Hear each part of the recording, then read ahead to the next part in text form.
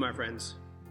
I know I've talked about this before, but I really love Starbucks. I love a good cappuccino or a macchiato, or better yet, a caramel ribbon crunch frappuccino. Make that a grande, please. I love Starbucks so much that eventually there came a time upon the barista seeing me enter into the store at Paulina Street that the barista knew my name and would say, Frappuccino, right? So when the shutdown happened in the spring, there were times when all I could think about was Starbucks and how now I couldn't have any more. And if you remember, eventually Starbucks did open up again, but only some stores and with very limited hours. And I found myself trying to figure out when and where I could get my next Starbucks fix. Now, I know that's a very silly example of how my life was turned upside down during the past spring shutdown. Sadly, we're at risk of this happening all over again with the sudden and recent stay-at-home advisory, which can also become a stay-at-home order.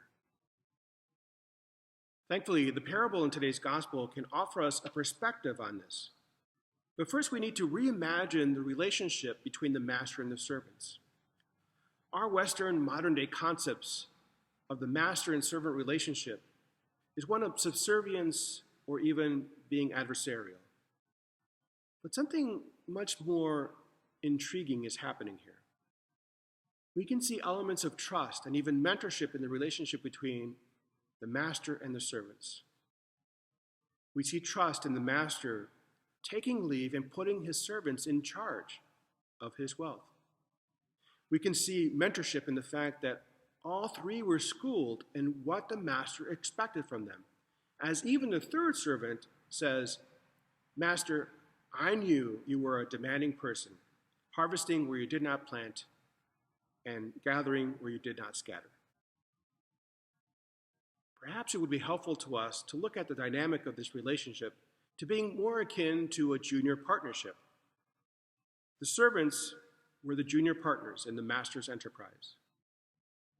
Even so, the master was in charge. The master was the one who made the difficult decisions. The master was the one who managed the risks.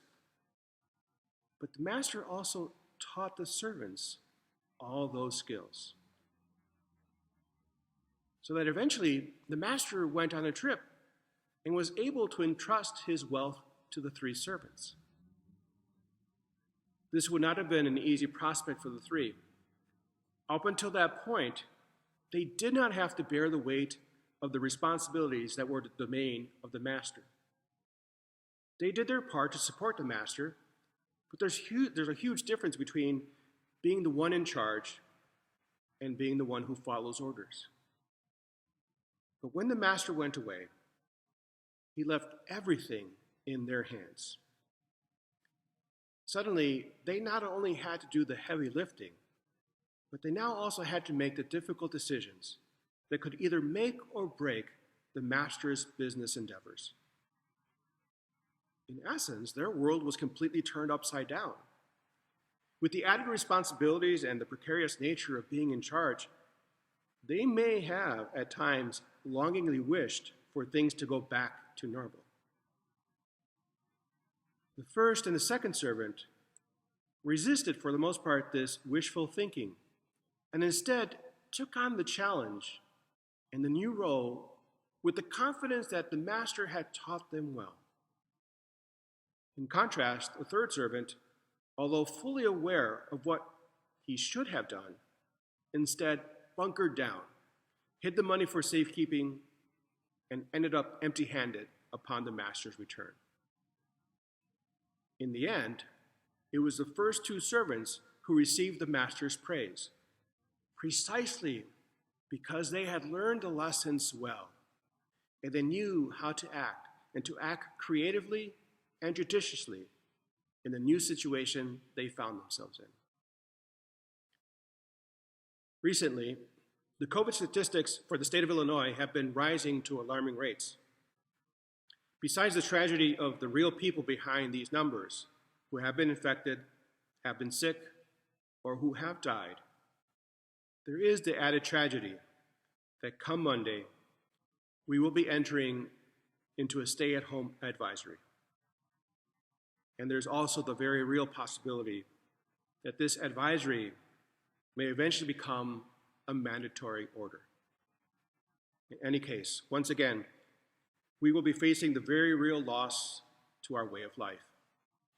And these restrictions will only add to the weariness that we're already feeling ever since the start of the pandemic. No one is happy about another stay-at-home order. We will indeed lose our ability to come and go as we please, as well as our ability to connect with loved ones in person, especially at the start of the holiday season. The challenge is to not let these losses overwhelm us and cause us to draw within. That's what happened with the third servant. He hid the money because he was afraid. Yes, we're right to be afraid or even angry. We may even feel anxiety, depression, sadness, and loneliness. Each of the three servants also had to face their emotions and the uncertainty of what to do, of how to invest the money in the master's absence. But the first two were not overwhelmed by the uncertainty and by their emotions. Only the third one was. How can we keep from being like the third servant and move to being more like the first two servants? The key can be found in the underlying attitude of each of the servants. For the first two, we can almost hear a sense of eagerness, even excitement, and an insatiable desire to please the master. Upon the master's return, the first servant said to the master, "Master, you gave me 5 talents. See, I have made 5 more." And remember, or notice, he didn't say, "See, I made 5 more." He says, "See, I made 5 more." And likewise, the second one said, "See, I made 2 more." And in response, the master says to both of them, "Well done, my good and faithful servant. Come share your master's joy." Now, did you notice the change in the relationship with the master's words there? Good and faithful servant, come share your master's joy. That signaled a deepening of the relationship between the master and his servants. Think of it this way. How many of us have ever had our boss say to us, "Come over to my house and share my joy for a job well done"? That doesn't happen, right? The end of the year bonus or the promotion are the affirmation for the job well done. But typically, the nature of our relationship with the employer does not change. In contrast, the third servant explicitly identified fear as the motivating factor in his actions or inactions.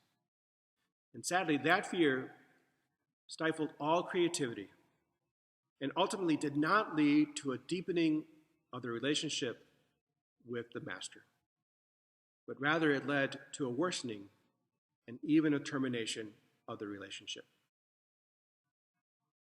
My friends, as we stand on the precipice of the difficult days before us, let us not be overwhelmed by fear or anger, but instead let us be overwhelmed by love.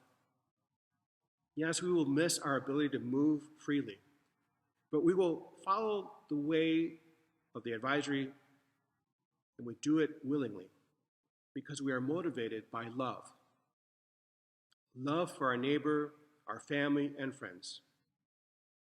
And the desire to not potentially spread the virus can motivate us to follow this advisory. Our love can motivate us to find creative ways to remain connected to loved ones when physically presence is not possible. We can Zoom, FaceTime, text loved ones. We could even go old school and send a letter or a brief note expressing our affection. We can invest in our relationships with loved ones by being more intentional in our interactions with them. If we learn new things about ourselves and each other in the first lockdown, and I hope we did, like I can live without that daily Starbucks, that there is a wide world of nature outside the doors if we only stay still and listen, that living with loved ones without the constant distractions of our normal lives can offer us opportunities to grow in intimacy with each other, then we can definitely continue on that spiritual journey with this new advisory. And we can do that by beginning to ask ourselves questions like, where else in my life do I need to practice detachment? Where else in my life is there a need for the stillness that leads to knowledge of the I am? When else will I get the opportunity for time with loved ones before the cat's in the cradle? With this approach, we may find ourselves with the same eagerness and excitement that the first two servants had. And if the first shutdown did not go well for us, if we found anxiety, anger, and boredom our constant companions, look at it this way. We have a chance to do it over. My friends, we can do this. No doubt we will be entering difficult days ahead, but the true Master has taught us well. We know what we must do. We know how to love as he loved. We know how to generously give of our time and presence. We know how we can free ourselves of those things that get in the way of deeper relationship with God and each other. Yes, there's always the risk that we will fail or fall and find ourselves crawling back to Starbucks. But we're better than that. Having gone through this before in the spring, we're stronger and wiser, and we'll get through this together. The Starbucks will still be there, and maybe even the barista will remember our name.